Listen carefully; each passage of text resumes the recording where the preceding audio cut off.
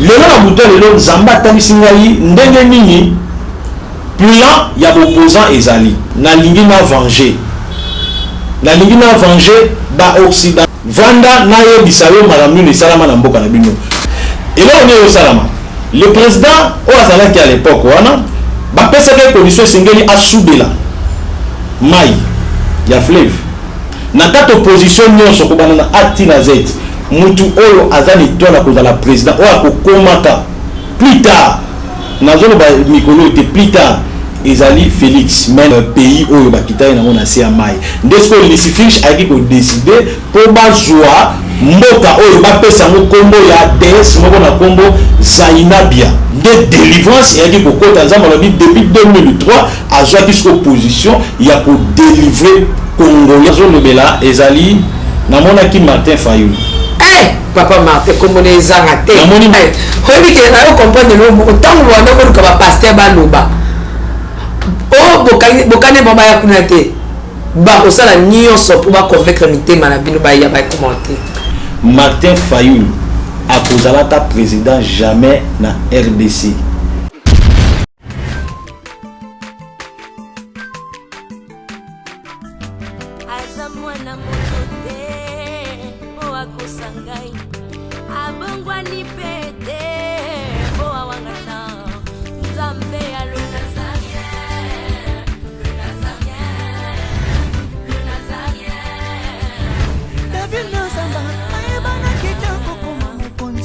La démission est belée, à l'andara pour ça, donc félicitations.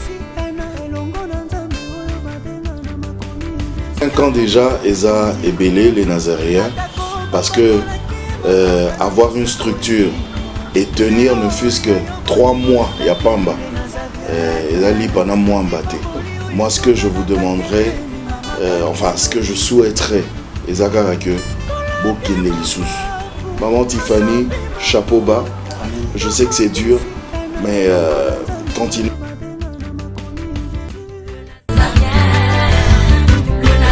Pas responsable, nous sommes les Nazaréens, que nous sommes ensemble.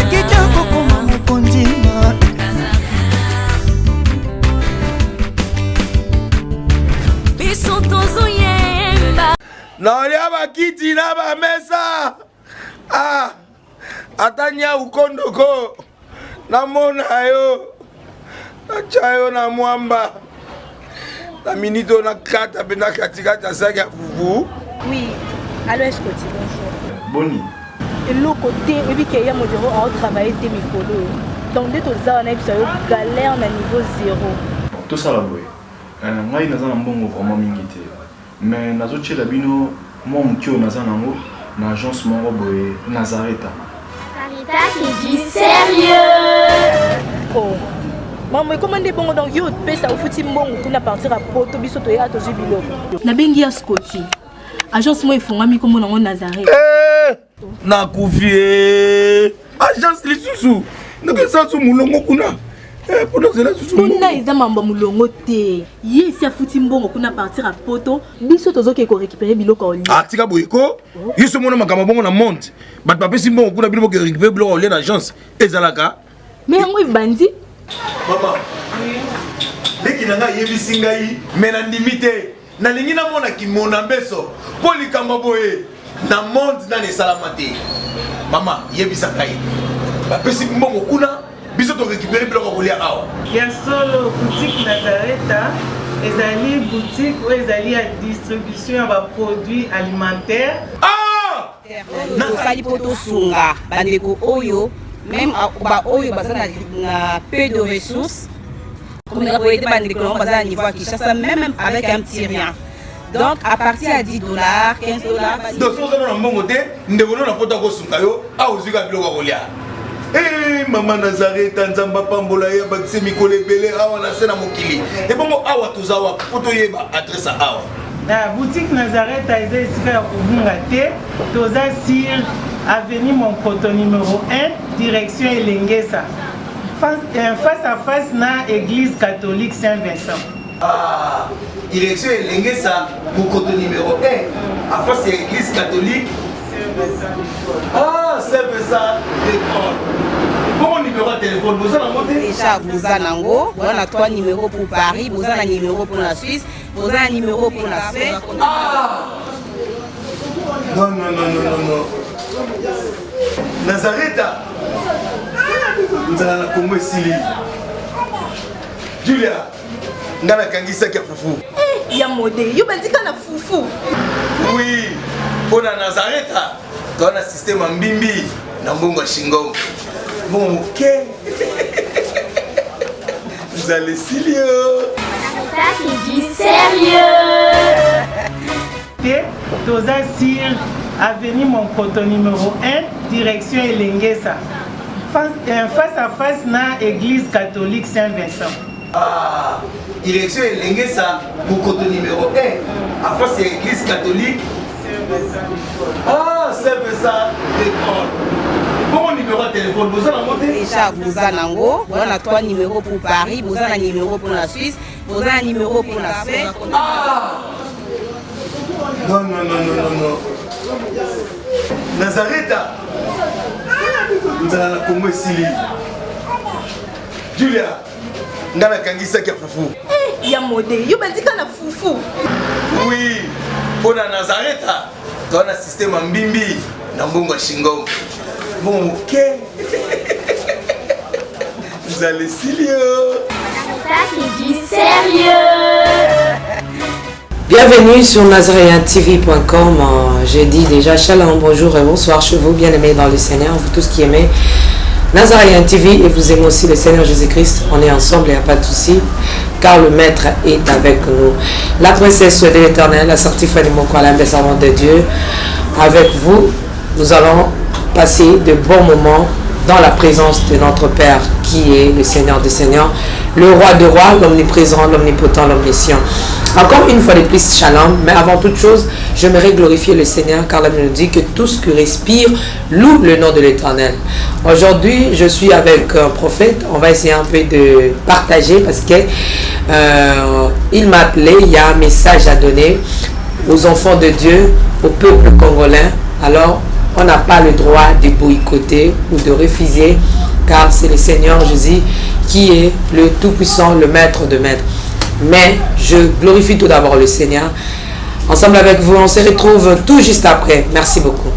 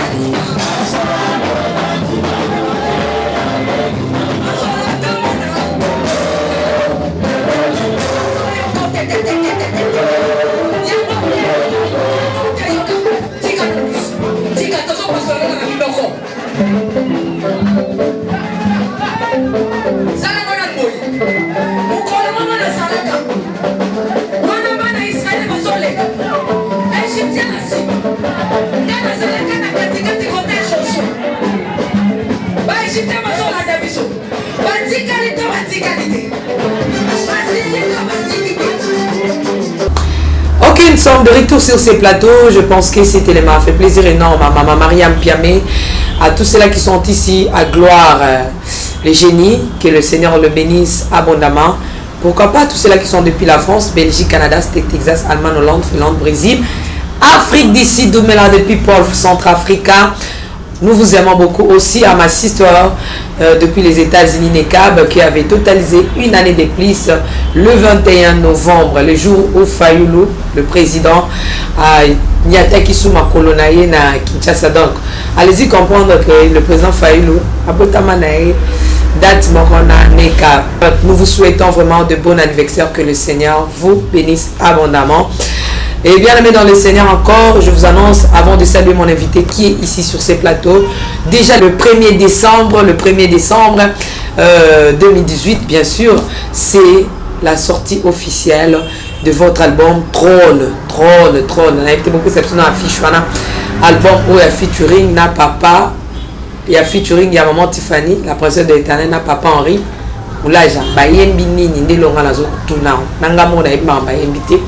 Donc c'est ça. Aussi le frère Billy a chanté avec la sœur Tiffany. Ça sera vraiment des cantiques que vous allez aimer par la grâce de Dieu, nous le croyons. Voilà, le 1er décembre déjà dans la vente en ligne, Nyonso, pour consommer en haut, pour consommer, Bétagar à la princesse de l'Éternel, Tiffany Mokwane, comme on affiche, et puis au Betty, Trône. Donc au moment on a déjà le bon moine. Allez-y, consommez le christianisme, voilà. Je regarde, je reçois le prophète Ezekiel Matitika, à qui je dis shalom. Shalom, Maman Tiffany. Bonjour. Oui, bonjour, Maman Tiffany. Comment vous allez? Je me porte bien par la grâce de Dieu. Après Mikolo, même Bandeko Baota la Bisso, Bazo Mitou n'a pas de question. Voilà, il y a Katia les Nazaréens, Platon les Nazaréens, un mot, n'a pas de connaissance sur Bakolanda. Vraiment, na pesi na mbote na organisation nyonso ya les Nazariens. Okay. Et puis na pesi bino pe mbote ndenge bo ya mbingai. Merci beaucoup. Na pesi pe bana nzambe nyonso mbote, donc so na zongi engi otesa que non, nous sommes des chrétiens. Voilà. Et là au Kabona biso ezate. Tous les chrétiens, surtout nous sommes des pèlerins sur la terre. Donc na zongi penza étant que œuvre eza œuvre nzambe. Parce que tout le monde dit Jésus, doctrine est cause différente, mais nous croyons le même Christ, le même Dieu. Donc, dans zone penza na ndako nanga pour continuer mission, là c'est l'ensemble, tu peux pas se retrouver. Merci, j'étais en voyage, je pense bien à Salamon résumé, na Braza, voilà. Na Simanangai, prophète Ezekiel Matitika ayamba makipa maman Mariam Piame. Alors on a pris la mission na kaloko la téléspectatrice quoi, la ndakiango. Na résumé à prophète Matitika, na lingina no Salamon résumé dans quelques minutes.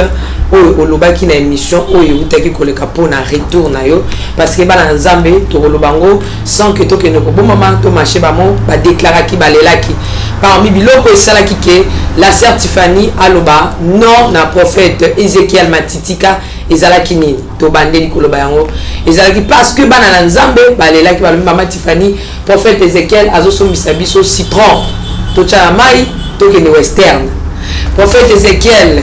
Alors étant enfant de Dieu, là on va plainte sur un yaki. On a ceux qui va plainte, ça va qu'on même na plateau nanga, et ça qui va plainte ya mbongo, ya bambongo au bas na nzemba bande ko tia na western, bande ko pesa tout ça. Étant donné les Nazaréens to bakake, awa na invité prophète Ezekiel au futanga déjà ba million. To ba na les Nazaréens au moins que pasteur au kanisi ko pambola œuvre nzambe, pambola za tsumuté. Mais ko fout ça tarif to linga ngote pour que bango pe na tour na bango ba pambola bino bana nzambe. Alors là to kibongo to meka ki un peu to sur la prophète Ezekiel. Alors et c'est pas ça qui na ndenge c'est pas ça qui les Nazaréens ba qui non au prophète Ezekiel Matitika. Dans la mission prophète Ezekiel a l'obligé à reconnaître parce que quand il était enfant, tu parlais comme un enfant.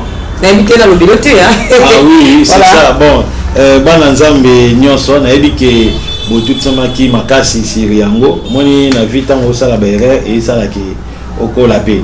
Donc tant na banda les Nazariens na bando mona ndenge na banda ko monela Nazarien na moi o ba lobaka moi ki au jeunesse moko boye mais na ndenga ya ministère quoi. Mais tant na ko grandi na mona que non eza bien été parce que pour le moment de Nazaré déjà papa na kuna na mboka pote ya non, les Nazaréens et Salangot. Oui, ndenge ça m'a ramené ça. Mais alliance la alliance té. Wana to lobela mon émission ko ya to expliquer ma alliance. Na ngola alliance té mais bolingo na na avec moi sinanga maman Julie parce que talanga. Terali balité. Dans politique. Voilà, donc ndé bana nzambe na lobaki ke tant na yaki awa na yaki na moi qui jeunesse wana to benga donc ça là que pour profiter quand même peu na ba faiblesse na malgré tout l'onction était là mais na mona ki on za ki malamu te nzamba reprocha nga nango na yaki na les Nazaréens puis na senga ki bolimbisi balimbisanga na nyonso oyo esalami parce que pour le moment mutaka obenga prophète na bondela pona na bisala wana bondela pona yo pesa $100 non parce que na bateau déjà bazonga en charge bazo soutenir nga oyo bafutaka ndako bazali oyo batindaka ta mwa elamba mo eloko bazali donc na komi déjà papa na komi responsable donc so mona na pesa pambola nga kendenge ezalaki avant na bondela pona yo sala western wana sala ngo lisusu te donc na ko sala ngo pe lisusu te. Merci beaucoup prophète Ezekiel Namosolo penato lobana parce que na boito ke no lobama na ba coulisses tout ça ba site ezebele hein yo m'opposant un site na auto ke pena soto lobana. Qu'est-ce qui vous a vraiment beaucoup motivé yakoya ondima na yo parce que ya na autres appel mususu bo contraper ba nombre bateau bazo zongaka bo contraper ba nombre bateau bazo ya pe ko zonga ko dans les Nazareth bino bazo contacter ba moins ba plus pe bo contact. Alors prophète Ezekiel, qu'est-ce qui vous a beaucoup motivé yako zonga susu na d'abord le que motivé ngana parce que les Nazaréens ils ont qui bénédiction pour nous. Dans les Nazaréens ils ont qui bénédiction pour nous. Mutusu ka osala mala mutango ada vivant faut boire que les bapeaux de fleurs. Mais les lots mona mutu bazala ka mutakufa alors bazaki malama zaki boino. Na mona ni soki na sinisi course na 100% na ko soigner erreur na sala na les Nazaréens so na soigner moté et ko tika la paix au détruit bana Nzambe. Ya na linga kinazima kana même chaîne oyo epambolanga même chaîne oyo esala keno prophète baye même chaîne oyo esala keno le lope prophète abzupe mwasi pe abali ozomona donc yango esala keno na zonga na les Nazaréens malgré ba site ezebele mais site epambolanga yango et puis na santaka moi charge moko boy surtout envers site oyo yo yebi même temps tozaki na séparation da bando sur la révélation sur les Nazaréens na ndo comprendre te na kabona bina yo mais na mona ba révélation je pense que oyebi na sakola d'ici ba komba bokozwa na début à année oyo ba bozabna ba komba vers ba pasteur et puis ba journaliste mususu na lobakango et donc eloko wana ilitanga makasi mais comment ça mako révéler makambo ya Sœur Tiffany makambo ya les Nazaréens moment où nazana été donc j'ai compris que non awa penza eza penda ministère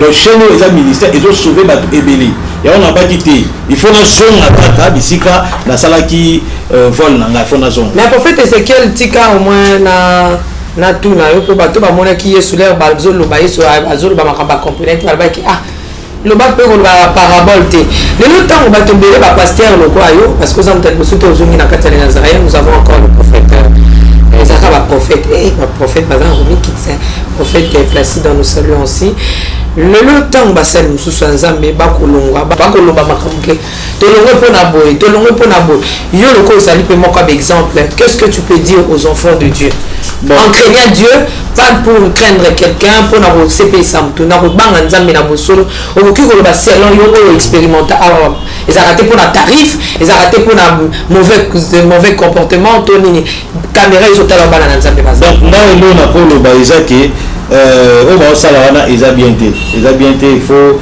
baïba ko bongsa parce que ngai na les Nazaréens d'abord na za calibre mo nyonso oyo na zwaka parce que ba chez muso ko lika ba $50 mais peut-être bino usenga ilo kwa bino mutaka tarifité oyo mona ngo ko pambola musala nzambo pambola yango ba chez muso ko lika $100 pour le kaboui donc j'ai compris que na les Nazaréens sans que tout tiamo mafuta to nini vraiment na les Nazaréens ba vivre vie famille donc vous avez la famille vous avez unité même ba pasteur ba yaka awa tout ça souli to il y a un problème to bini ya ko sungande ko na problème donc c'est ça donc on a découvert dans les Nazaréens ils a penza bonzambe ezali ki mezali pour la bateau ba okende bazo loba biso petam to kenda ki passe ngai na loba ki pona les Nazaréens tenga zaki na problème na yo moko mais na yo mona kité il faut na s'arranger problème to zaki na ngo faut na bongisa donc ba o ko ne peut être bimi na likampo na les Nazaréens problème na nga tozo na caméra zaki na problème ya mai oui ya mai zaki problème na nga na famille na nga te na poto na nga zaki problème makamanzambe donc ya makamanzambe c'est ça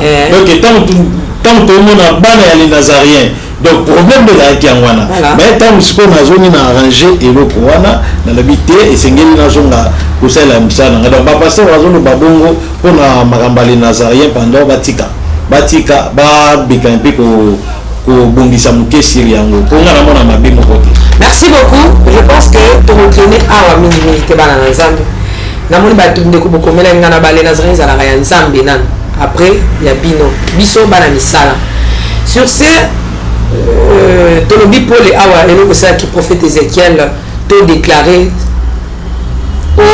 que Azal Soussou dans les Nazareth, tout expliquer en haut. Alors la personne à reconnaître. La Bible nous dit, si mon peuple est simili et qu'il retourne à moi, en tout cas je suis digne et fidèle. Ceux qui sont digne et fidèle, Moussala ou Isaïa Maman Tifanité, bien aimé dans le Seigneur, Isaïa Nzambe, Isaïa Bino, Ngaï Mouana Moussala. Ceux qui sont qui la prophète Ézéchiel, Arolim Bisaye, Bongaï Nani, Nakani la prophète Ézéchiel Moutel. Tout le bas qui a ceux qui sont prophètes Ézéchiel, à Rokoya Gana Poulouana, et Rota la Maman Tifanité. Et Rota la Gana Nzambe, parce que Ngaï Nazo Saka Moussala ou Nzamba Senini, Abenga Kinga. Ceux qui prophètent Ézéchiel à Makamba Webi Sabana na Nzambe, Tika ete, Totiki la Esika, Aloba. Yo siko ne kambama na molimo na nkolo pona koyeba ke oyo prophète alobi ngana ozwa yango te. C'est faux. Parce que dans le bagage loko moko poto ye baba faux na habité prophète, poto le bagage mutu aza faux, photo to poussa na pe pembeni na ye, to consommer, to ye ba est-ce que makambo zo le bebalani na Biblia. Parce que ce to ki maraba faux, net baba prophète Ézéchiel aza dans les faux. Aza dans les faux. Tout le monde a que clarté. Mais la bosco ce to ki me to ye baba makambo faux pendingi. Il y a un grand problème. Moi, tu es bon pesante. Mais ma ange va bien maga. Ba ange. Mais on est dans le domaine na mama Tiffany. Non, bon on est. On a domaine na ba ange ba bien maga ba passion ba ange tout. On a domaine na nga ministère. Donc on changer en côté. Merci. Et ça me parmi le mal. Ça me parle là-bas. Oyo kangote hein vraiment. Voilà nga penza ko kangote. Mais to solo lango na mikolezo ya parce qu'il y a aussi des gens au baba qui ba na posa ba zala na la plateau pour s'affronter par rapport à la lumière. Ngakutu na osenga affrontement te. Na osenga des démonstrations. Démonstration. Vous savez démonstration. Il faut un papier tout tirer tout bon de la chose montée au bien et quoi apparaître. Naso passer après tout ça un affrontement. On a tout ça la démonstration. Avant tout ça l'affrontement, tout ça la démonstration. C'est démonstration dans la Bible. Ma comme le bina nous la parole. Après les loba des miracles motaka la liloba. C'est que ça m'a cassé na maramoso zo une critique et amoso qui ma parole. Bon ça va, ton banana la parole. Après parole, on lui aime sous ka c'est le qui na nguya. Mais pas tout le monde nzamba solo pe, ba pe sous na nguya pour nzambe no ba douter la moi mingi.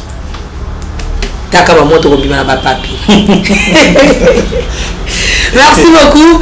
Je pense qu'on peut passer. Donc, dans Totikala Awa, Ezateba Nzambe, na sengi susu na kombo ya Nzamba Lola, Yesu Christo, Tolimbisa, prophète Ézéchiel, la sœur Tiffany, Alimbisi, les Nazaréens, Alimbisi, et ça pour tout la Kisabino, pour ceux qui ont les qualités, et qui n'est pas maman Tiffany à Kabouana, ba pastel. Vous voyez un peu. Donc, pour ne pas tout mais la Awawa. Bana Nzambe totika na écoute ya Nzambe pe ya monimo mo centre maman Tiffany nazana te pona pesa ba punition mais néanmoins bisiko na moni kezo simba te na ko batte a to yokanité de kotambola wa ngai yolot zala wa ngape abam na kine na ngambo mais ceux qui monte place à kéa bi non na moni na reconnaître na zonga ce ngai nani na boye bana Nzambe to simba na maboko to se soutenir na ba prière pour que makambo kene bien. Mais le prophète Ézéchiel à côté ngane na baki na sengi pardon hein, na sengi le sous pardon. Ba Nzambe bolimbisa prophète Ézéchiel, les Nazaréens pe limbisaye, ba les Nazaréens na ba les Nazaréens nyo surtout bolimbisa po ba biso baki, c'est que Pierre qui continue ayo sur les Nazaréens poto gindisaye. Ngala en transmettre kama loba. O bino mo commenter ki na ba WhatsApp na ba vidéo de la commission. Merci prophète Ézéchiel, message nous à l'Eloïsa Nini pour Bengaki. Vraiment maman Tiffany, merci d'abord pour na bana les Nazaréens. Oh malimbisi ngai merci pe na bino mokondenge bo lobi yango officiellement. Message na zwaki ezali par rapport à mboka na biso RDC. Ezalaki parce que nous avons déjà pour lobela ngai pour na RDC depuis déjà début à année oyo. Na bando zo la révélation pour na mboka na biso RDC. Si quoi autant to comme na ba fin il y a plutôt to comme na début il y a proclamation sur les élections na lala na butu na mona vision moko vision na mona carte d'Afrique na moni lumière zo beta na carte na biso RDC. Si quoi na moni lumière zo beta ba yusinga ba bikita otala elo ni zo salama. Donc selon vision là comme si na qui na espace namoni nazokita kokita nazokita namoni mopanga molai etelema na 4-4 namoni RDC mais namonaka esalami toujours en novembre esalami na mois passé non mois coulé le 3e mois passé tout les cas le mois coulé donc tant na komona namoni mbeli etelemi na 4-4 mbeli penza ya monene ya molai etelemi nde nayoki mongongo eyebisinga elobisinga Ezekiel ebenganga 3 fois Ezekiel omoni mbeli oyo nalingi na venger ba occidentaux ba impérialiste na oyo basala na mboka na bino vanda nayebisa yo makambo nini esalama na mboka na bino na se retrouver naza quelque part comme si que na vanda moto azobetelanga lisolo abi mboka na bino eza mboka oyo ngai nzambe na pointaki eyeba kolesa monde entier mboka na bino eza mboka oyo nga mpe nzambe na pointaki mpo nayeba korachete batu plus oyo baba plus peuplé par rapport ya bapays nyonso eza mboka na bino et puis kaka mboka na bino eza mboka oyo adversaire ennemi azokosibli yango tala makambo na kaka mboka na bino naye komona nde ntango namoni baprésident nyonso baya na kata mboka na biso ntango namoni baprésident nyonso baprésident Mobutu ebandana na Kasavubu Mobutu père fils batalisi ngai tous les présidents wana nde nzambe ayebisi ngai alobi omoni baprésident oyo bango baza bainosa mpona souffrance oyo bino bozomona na kata mboka na bino nzela balakisa lolenge nini bayebaki kokosa premier président oyo ayebaki komema mboka na bino na kati ya sélection baza innocent oyo bayebi koséduire premier président oyo amema mboka na bino na kati ya pasi oyo bozomona nde balakisi Mobutu namoni donc Kasavubu te mutabandaki te namoni nani Mobutu Kasavubu azalaki lokola étiquette batiaki ekota nde bayaki moto bayaki penda koutiliser pour ainitie mboka oyo namoni Mobutu tala namoni Mobutu bayebi singa bayebi omoni yene naza boye azalaka na posa pouvoir ye posa nezalaki ke awumela seko na seko élection ekozala te remplacement parti oyo nini ekozala te ye atika seko na seko desiko bayaki koinitie na kati ya franc-maçonnerie parce qu'à l'époque là élimination nani ezalaki évolué te ezalaki franc-maçon ntango bainitie ye nde bayaki kotanisa baintérêt oyo ekosalaki ye azala protégé awumela longtemps na kati ya mokili nde bayebisaki esengeli oteka mboka oyo spirituellement soki oteka yango spirituellement reine na yo ekowumela mutu moko te akolongola yo bato basalaki ke mpo ye ateka mboka oyo ezalaki baimérialiste baoccidentaux mindele oyo bamembre opposition bakakenda kosala alliance na bango bamembre opposition oyo oyebi ke bakendaka na poto bazwaka décision epa bamindele bayaka ko eloko nini ezosalama le président oyo azalaki à l'époque wana bapesaki condition esengeli asudela mai ya fleuve makambo nazoloba yango baspiritualiste bato baa na 3e œil bamona bayebi yango 3e œil mais yo ozangi yango toza nango sikoyo nde sikoyo ntango aye kosubela baeskizinga mpona terme asubeli fleuve nde azwaka mai wana bayebisi esengeli osala voyage astral okende na kati ya 4e dimension ezalaka na se ya mai na 4e dimension ezalaka na mboka mo babenga yango Stataris na mboka na Stataris na kati nango ezalaka na maison blanche wana tomonaka oyo ya France wana na kati ya monde mpe ya mai ezalaka sikoyo na kati wana okutana na demo moko komone Lucifige ye nde adesidaka mpona bapouvoir nyonso esalamaka na kati ya mokili nde kokende oyo bango bakendaki wana bazwaki pays oyo bakitaki nango na se ya mai nde sikoyo Lucifige ayaki kodeside mpo bazwa mboka oyo bapesa yango nkombo ya déesse moko na nkombo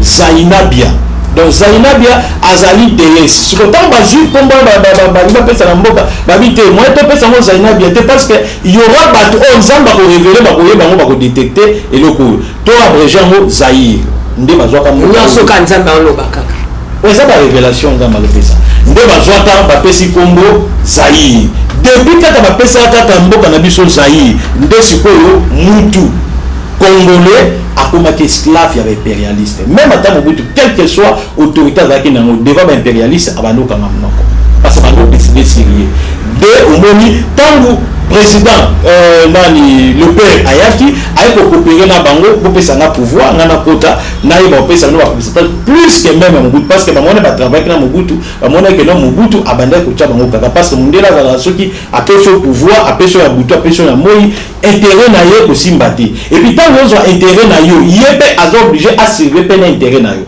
so bien logique 40% et singala na pe 40% malgré il y a juste 60% ndé ba ki pour landela le père de baboma les pères parce que les pères tant a eu pouvoir ayaki ko baluki la bango a comprendre abi non peuple nanga zo nyokama le quoi na si pouvoir tika na sala nini na sala ke peuple nanga oyo il y a bien il lata bien il vanda bien ndé ba ki ko boma les pères. Tant le président Joseph Kabila a eu pouvoir, parce que Joseph Kabila, il a d'abord accomplissement à la prophétie, parce que Joseph Kabila a qui passe à la fondation afin que le président a appuyé à la continuité, a exécuté au Kabila a eu Kabila pour libérer RDC. Donc Kabila a eu pouvoir, a bali ko tambola na pouvoir, bando tambola na pouvoir, Zambé parce que balinga ba initié, déjà pas ba initié qui, mais a eu olongwa. Tant que il faut comprendre que non bateau balingi peuple était les pères voilà Kabila fils tout le bela Kabila le père babumaki alinga ba exécuter ba babumie parce que Kabila fils nde ba yesu ko attaquer ko combattre Kabila le fils à comprendre que non peuple singela alia avant de bien à bénéficier de la richesse na parce que mboka o richesse aux gens na kata mabelo et ça ya congolais nde ba di ko bundisa Kabila fils Dieu moni combat les continuer jusqu'à nos jours. Donc président Kabila fils aux mona oyo. Donc lelo congolais nzamba yosina lobi congolais azonyo kama pona ba président nyonso bazawati. Nzamba lobi congolais azonyo kama pona ba impérialiste. Bango wana nzamba la ndaka Simo Kimbangu aya ko libérer aya ko pesa un message baya ba ko permettre que na homme noir a bénéficier pena oye anyo kamara oye akufelaka oye a se sacrifier nde bayaka babundisa prophète Simo Kimbangu akufaki nzamba révérend makambo sur na Congo siko à nos jours nde tikali awa depuis 2003 nzambe a eu possession ya kobimisa RDC na CMA yango monaki directement baki ko changer nom de Zaïre oyo eza kombo ya DS Zaïna balungula bachimba moko RDC de délivrance et qui pour depuis 2003 a joué jusqu'à opposition il y a pour délivrer congolais dans ma boca impérialiste nous sommes a ranking où nous sommes na RDC awa si quoi et là nous sommes maman Tiffany ba opposant aux homona ba opposant to na ba opposant papa avant que na makamba opposant na to songa na makamba ocholoba nous sommes le bio eza l'invité na ba de quoi na biso le prophète abenga eza révélation mais eza histoire eza pour bana même ban ki batanga ngo même batino surtout même batu bana ba pasteur ti ba combattre ba histoire onyo surtout que mindele bazonyo ko la biso bon eza histoire peut-être parce que tant va dire que eza histoire cela veut dire ba mona ngo histoire mais ba yebi ba discerna ta ino ko ne sa mona tate parce que ngana mona kango eza révélation ba tel senga ba bi bozonyo ko mapona ba mindele nzamba ba ni ko italenga yi problème ni les se passer na kata Congo avant banga na la wetele mila ba l'action kata président esuka ki ndenge ni bose bali mo abasi bo kabona na bango place wana nzambe siko ko songa masola songa nga nda yebisinga lobi mo banga wana ezali pona ko frapper ba impérialiste bato ba coloniser mboka oyo ba bazo ko lia bomengo ya mboka oyo bazo détruire mboka oyo nde nzamba kiti mopanga po a frapper bango et puis mopanga wana ndenge to lo babui déjà eza na kati ya ko frapper ba impérialiste nyonso ndenge to lo babui eza déjà na crise oyo eza déjà ko tambola na Europe en général ba impérialiste nyonso oyo baza ba colonisateur RDC baza déjà na crise bana ba problème yango somona nzambe azolobaki naza sikoyo na position ya koyeba kosala ke congolais akoma valoriser afin que mundele oyo anyotola congolais oyo bénéficier na ba richesse ya congolais aya asenga congolais pardon Mama Tiffany simba professionnel na biso na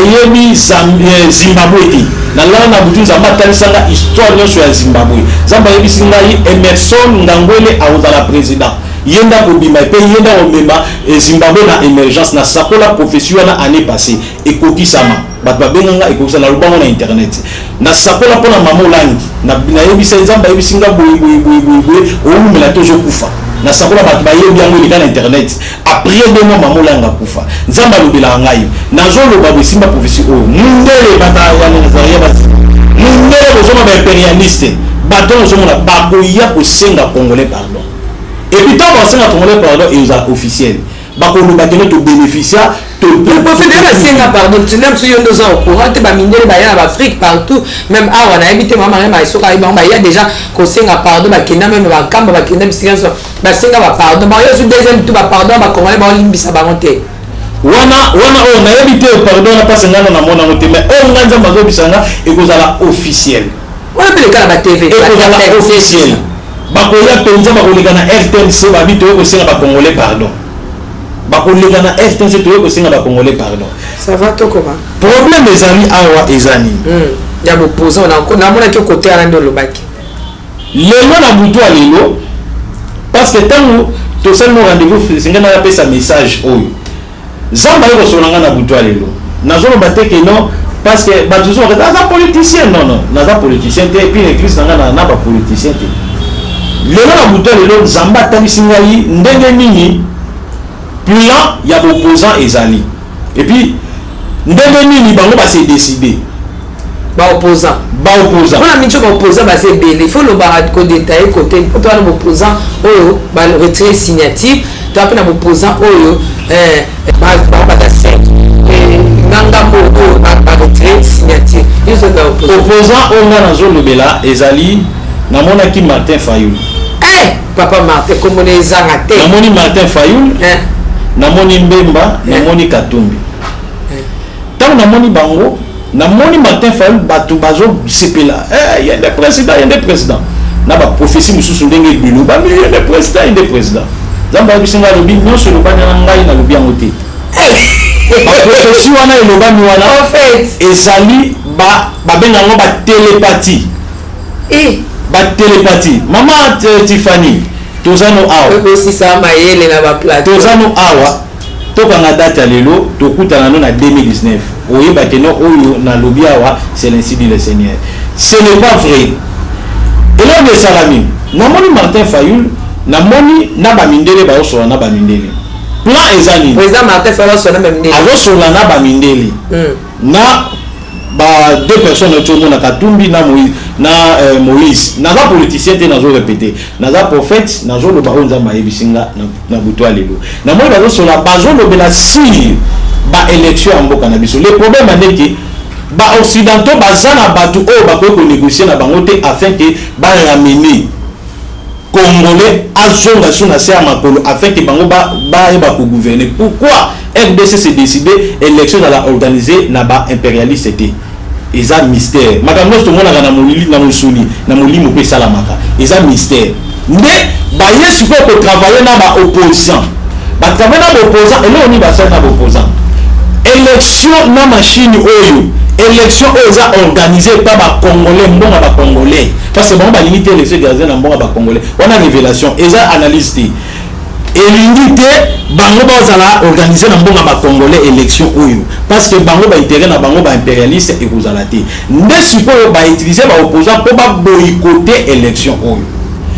Martin Fayoul akosala akondimata mukete parce que ça ba alliance basali spirituellement akondimata mukete élection et salama le 23 décembre akolingata mukete à moins que bakokende bene vision za mayibisinga ainsi dit le Seigneur bazoluka transition o bazoluka problème na ngezani ba impérialiste bazonga na alliance bazaka na ngona ba congolais na gouvernement actuel zo salama afin ba bénéficier ba intérêt na ba tant ba osala transition retour ya Moïse Katumbi kozala et puis Mbemba akoyeba siko ko kamba transition wana tant Mbemba wana za o nzamba ebisinga tant Mbemba ko kamba même tant Martin Fayoul azalo ko la étiquette il y a dans le étiquette bazo guider bazo télécommander siko tant le ko wana e ko salama président oyo actuel oyo bakoluka ko botoler pouvoir par force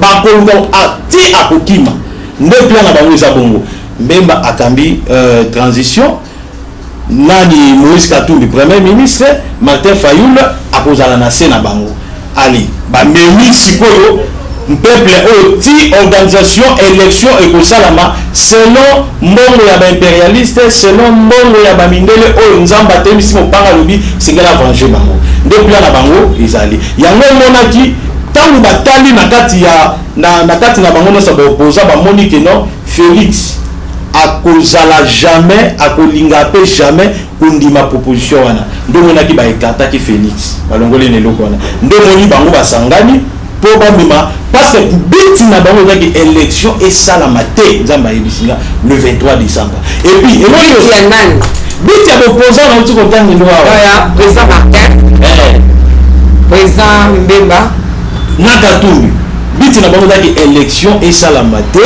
afin que bakende na transition eza ba révélation na monaki sikoyo volonté nzambe eza nini volonté nzambe ezali congolais azala lisusu na sa gouvernance ya baimpérialiste te congolais ase bénéficie na bapourcentage na ye moko ase développe ye moko na babien ya mboka oyo nde volonté nzambe eza bongo po congolais nzambe atali congolais azonyokoma azolelela azotungisa ye to na nzambe ezolela a cause ya babondeli ya bapeuple congolais yango moni nzambe alingaki d'abord aséparer yango moni mpo apambola Abraham aséparaki bango na Lot yango nzambe alingaki aséparer baimpérialiste bazala na ngamu na bango congolais azala na ngamu ne po congolais alia nde eloko ezosalama yango wana mais prophète oyende kotuba bana Congo mokongo opasoli bato mpena pota na motema na makambo lobi tozokende wapi na makambo ya baprophétie nayebi te so olandi bandeko na mosusu nde baprophétise papa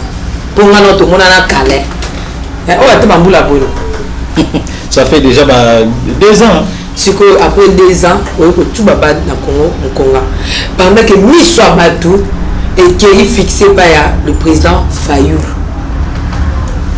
Maman Tiffany naza ni politicien mais naoyebi so eloko mais oyoki baninga no basakoli oui nayoki par rapport à prophétie ya bato nyonso ndenge toza na mama Rebecca alobi ke eza président Fayoul moto akobima nakoyebi so eloko moko tozali na mundele oyo aleki pa ya mon confrère Bobo dont je sali alobi ke nzambe azotinda mobikisi yo epa na yo nzambe alakisi ata mobikisi te aluki akosepare biso na baoccident na baoccidentaux plutôt sikoyo oyo opesi plan ya opposition ebongo plan ya pouvoir nzambe atalisi te bon problème eza wana d'abord on va répondre à la première question première question c'est si prophétie ya bandeko bati koprophétiser nayebi yo nzambe ayebisi nga oyo balobi eza batélépathie eza ye te je vous dis la vérité Martin Fayoul akozala ta président jamais na RDC wana simba prophétie oyo aza na étoile ya kozala président te Moïse Katumbi a une étoile à cause de la présidente. Même Jean-Pierre Bemba a une étoile à cause de la présidente. Ou on les allie prophétiquement. Dans cette opposition, nous sommes à Tinazet. Moutou Olo a une étoile à cause de la présidente. Ou à Komaka. Plus tard, Mikolo était plus tard. Ils allaient Félix, mais à condition. Alanda chemin à papa n'a été. Ou on a une prophétie. Félix alanda chemin à papa na été. Ce qui Félix alandi kaka chemin à papa na yé. Non ma plateau comme akotika naka kokoma président na mboka oyo te. Plateau comme mo bandeko. Bazo ya mai moto ezo sala makasi pa pesa na mai. Plateau eza moto. Ndeko pardon kabia na mai. Mai mezo sunga nga mikolo. Prophète. Oyo nini bote na mito bana na nzambe.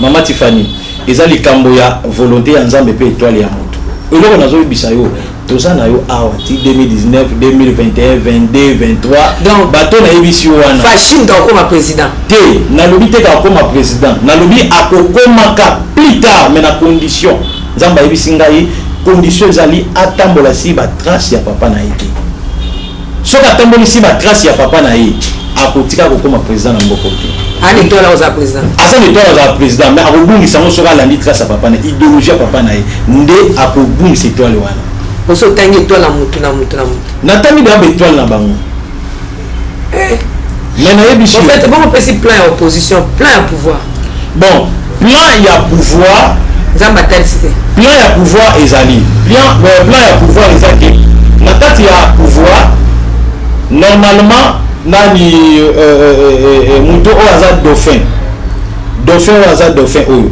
azosala kati ya réincarnation ya président o aza na kati awa o aza dauphin oyo azosala réincarnation ya président o aza na kati awa et puis o aza dauphin oyo akoganye baélection akoleka président 2019 baopublie tanke président de la république. C'est ça la volonté de l'élection ça le 23 décembre. Chadar Obima président ya mboka oyo aza na étoile wana ya ko diriger Congo et puis ye wana nzamba poni pona tamba Congo.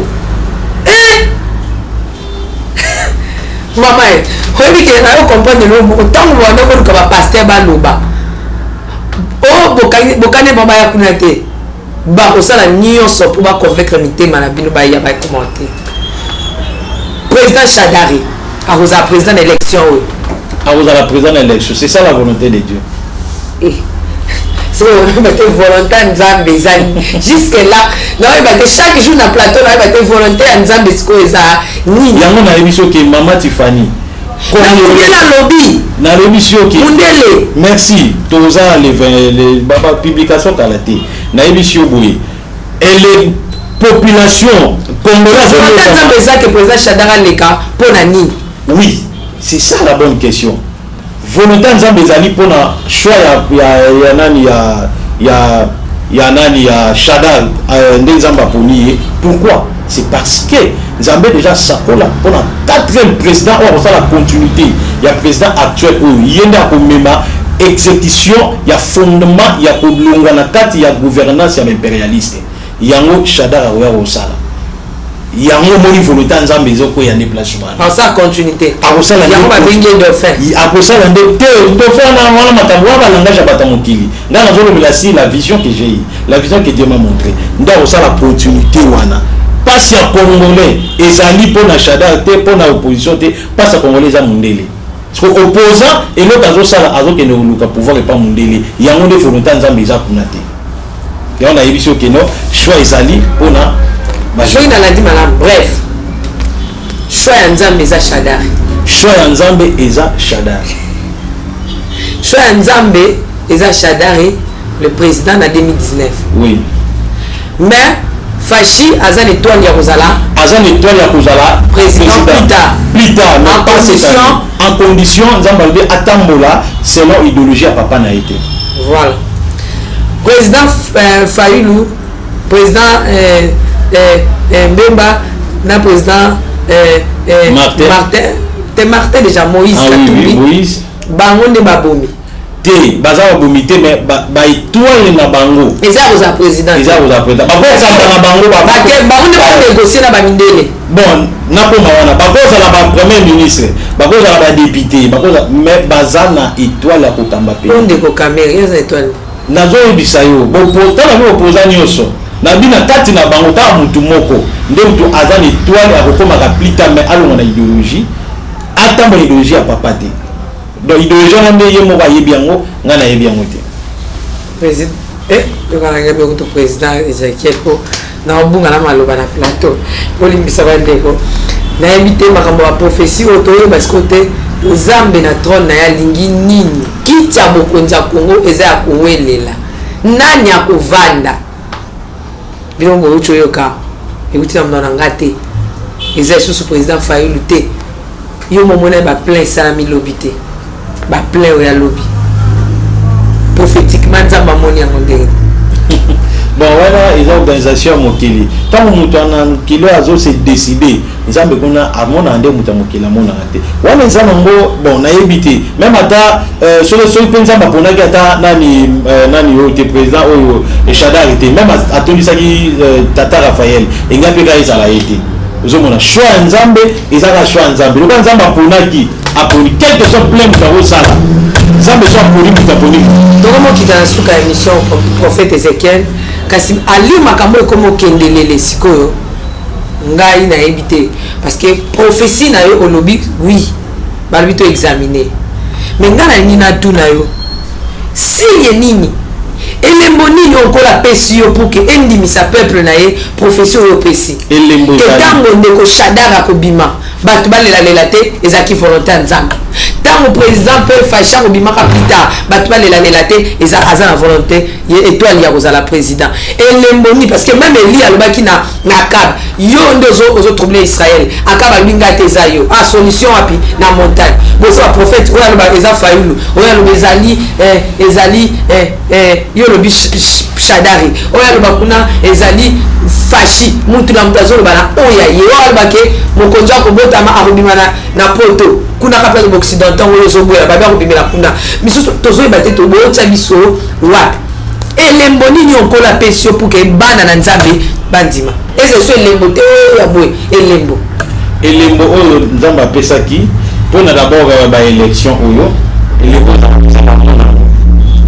3 jours avant élection avant le 23 décembre oui donc okotaka na semaine wana et vous allez soulèvement populaire bato bako provoquer yango ezali Martin Fayulu ba opposition nyonso ezalaki na Genève bon ça la soulèvement le 23 bato ba voter na ba soda ba policier ba dans partout et ils ont l'élection beaucoup de timide bato ba so ko banga ba susu ba ko kindi parce que le 23 ba luka ça la marche moko terrible pour ba brûler ba machine ba buka nyonso afin que ba bengana pouvoir oyo ali bakamba ezali idéologie ya ba mindeli ba pesa bango ba pesi bato amisa ba pesi ba opposant wana bango misat ba mais na yebi sho ba yebi o na zolo déjà révélation nza matali si ba yebi zo pas de maman ba yebi et puis ba komona ngo to zolo ba bango ba miyebi ba komona ngo ka ba semaine yo c'est là que to koma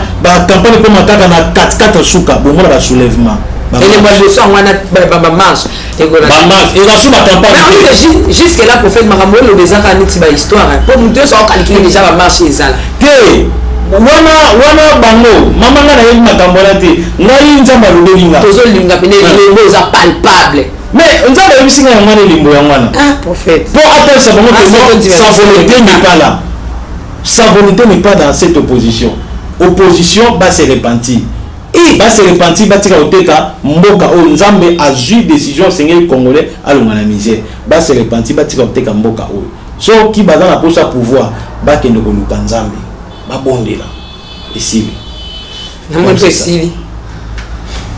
mone esili peka awa mais bala Nzambe nga na loba isu nini nga penza ba message nyonso ezwaka au nom de Dieu na banza ndeko gloire bisika zali les génies aoyo kabiso mais prophète tozaka na question moko ezalaka vrai ou faux posa molandi monene pe ale Nazareth otala yango oui la question vrai ou faux oui natala question esingaka prophète moto ataka caméra tant on répondre vrai ou faux prophète kobatelo msuteli na sima nango ka vrai ou faux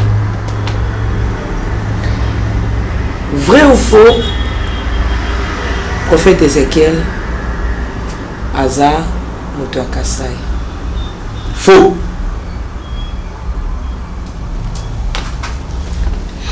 vrai ou faux ministre Mende aza na raison ya kotelemela ba occidentaux vrai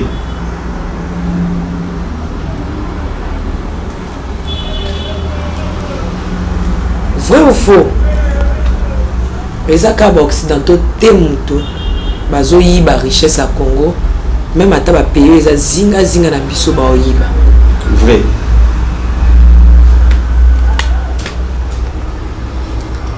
vrai ou faux président actuel akozalaka lisusu na Congo te faux akozala kaka. Merci beaucoup, nous sommes arrivés à la fin de cette émission. Que le Seigneur vous bénisse abondamment. Le 1er décembre, trône. Le 1er décembre. Et en tout cas, le trône n'est pas le 1er décembre. Pour le 23, le 31. Pardon. Prophète, tu es pour ça? Oui, mais nous allons. Ni on habite aux à Kinshasa. Oui, nous allons là. Ah, on a Kenya. Bon, professeur, les 20, va voir les 20 autres, tout le monde m'a cambo et qui s'amite. Mais sur le monde qui s'amite, bah tu vas bien un faux prophète. Nous avons la Bible dans Katiamo. Sur les 23 marches, salamité, bah tu vas pas. Pour nous autres, quand on a ta Bible, prophète, bah tu vas dire ta Bible. On linga démonstration, on va passer été, la linga miracle, bah on peut dire ça monte ta Bible été.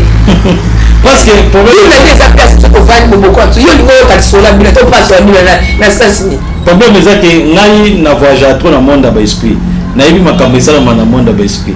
Ya mona zakasi na makambo na loba biki na okata Bible. Soki ko kisa Bible ça le faut kata.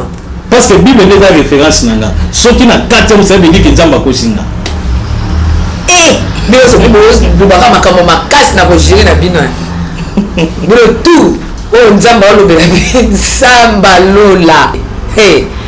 Et quand on a parti déjà les 20, peut-être comment les 20, 21, 22, 23, ma cambrezana.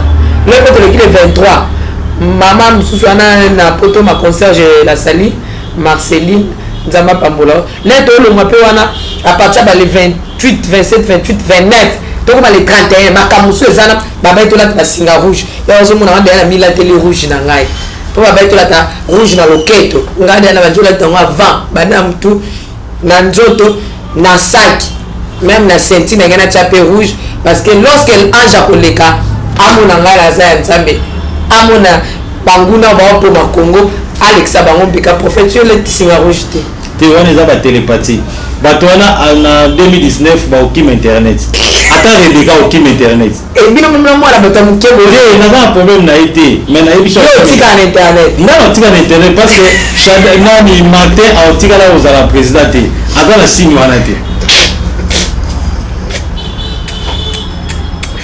non maman botu na la sekani ata bino mona o sekate ni ba suka pe ni va téléphone prophète donc ni ba suka ezaka ke chrétien nyonso aza la spirituel diaspora nyonso aza la spirituel ata yo diaspora olobi ke non te ngai balingi bango te nde balobaka bango nyonso bakolabo peut-être mosuku babenganga kolabo aliaka mbongo na tikala ta opesa kabila mbote na loboko boye te tomonana batesaka lie mbongo ngai na oyebisa bango boye ata bazwi euti poto bavandi so na ngwende ya Congo babike kamba congolais tant que occidentaux boza na ye ba alliance mboka oyo ekolela kaka donc liloba suka na nga ya mwana numéro na nga eza 081 61 96 772 code ya mboka eza 00243. Merci, nous sommes arrivés à la fin, vraiment priez beaucoup. Il y a un accès bino makambo. Ngala nazo loba nazo sambela. Place nous na vandi zatin. Vraiment ngai place na vandi makambo na ka ba prophétie o ezo bimao. Na vandi ka bisika David a signalenga. David a singa Tiffany. Je lève mes yeux vers les montagnes. D'où viendra le secours du Congo? Le secours du Congo ne viendra ni du pouvoir, ni de l'opposition, mais le secours du Congo viendra de l'Éternel. Pour observer occidentaux, ni de l'occidentaux, mais le secours du Congo viendra de l'Éternel, qui a créé les cieux et la terre. Peuple de Dieu. Pour ce que tu vois la prophétie, ma prophétie, monsieur, comme on l'appelle, oui, Azam Takao. Oh, am takao, mais tikatoye kamela Jésus Christ. La princesse vous aime beaucoup. Abonnez-vous massivement. Même na YouTube Nabino ya Tiffany Mokwa. Bientôt là le trône Nabanda Nabino featuring Papa Henri et la sœur Tiffany, frère Billy et la sœur Tiffany. Boko Kabadjembo ya Kitoko Tokobina avant le 23 na le 31 décembre. Ciao. Naolia bakiti na ba mesa. Ah. Atanya ukondoko namona yo achayo na mwamba na minito na kata bena katikata saki ya fufu. Oui, allô Escoti, bonjour. Boni. Et l'autre côté, et puis qu'il y a mon bureau à travailler tes micros. Donc dès que tu as un galère na niveau 0. Tout ça là boy. Ngai naza na mbongo vraiment mingi te. Mais nazo tchela bino moi mukio naza nango na agence moko boy Nazareta. C'est du sérieux. Oh. Maman, comment on dit bon donc yo pesa ufuti mbongo kuna partir à poto biso to ya to jibilo. Na bengi ya Scotty. Agence moi ifungami comme on Nazareth. nakufi agence lisusu nakesa su mulongo kuna kuna eza mambo mulongo te ye si afuti mbongo kuna partir à poto biso tozoke ko récupérer biloko oli tika boyeko yeso mona makama bongo na monte bat bapesi mbongo kuna biloko ko récupérer biloko oli na agence ezalaka mais yango ibandi mama leki nanga yebisi ngai mais na ndimite na lingi na mona kimona mbeso po likamba boye na monde na esalama te mama yebisa ngai bapesi mbongo kuna biso to récupérer biloko kolia awa ya solo boutique Nazareta ezali boutique ou ezali ya distribution ya ba produits alimentaires tosali po tosunga bandeko oyo même ba oyo baza na peu de ressources comme on a été bandeko on baza na niveau à Kinshasa même avec un petit rien. Donc à partir à $10, $15. Donc si on a un bon côté, nous devons nous apporter au sungayo, à uzika biloko kolia. Eh maman Nazareta nzamba pambola ya bakise mikole belé awa na sena mokili. Et bon awa tozawa poto yeba adresse awa. La boutique Nazareta eza esika ya kobunga te, toza sur avenue Monkoto numéro 1, direction Elengesa. Face à face na église catholique Saint-Vincent. Ah, direction Elengesa, Monkoto numéro 1, à face de l'église catholique Saint-Vincent. Ah, Saint-Vincent d'école.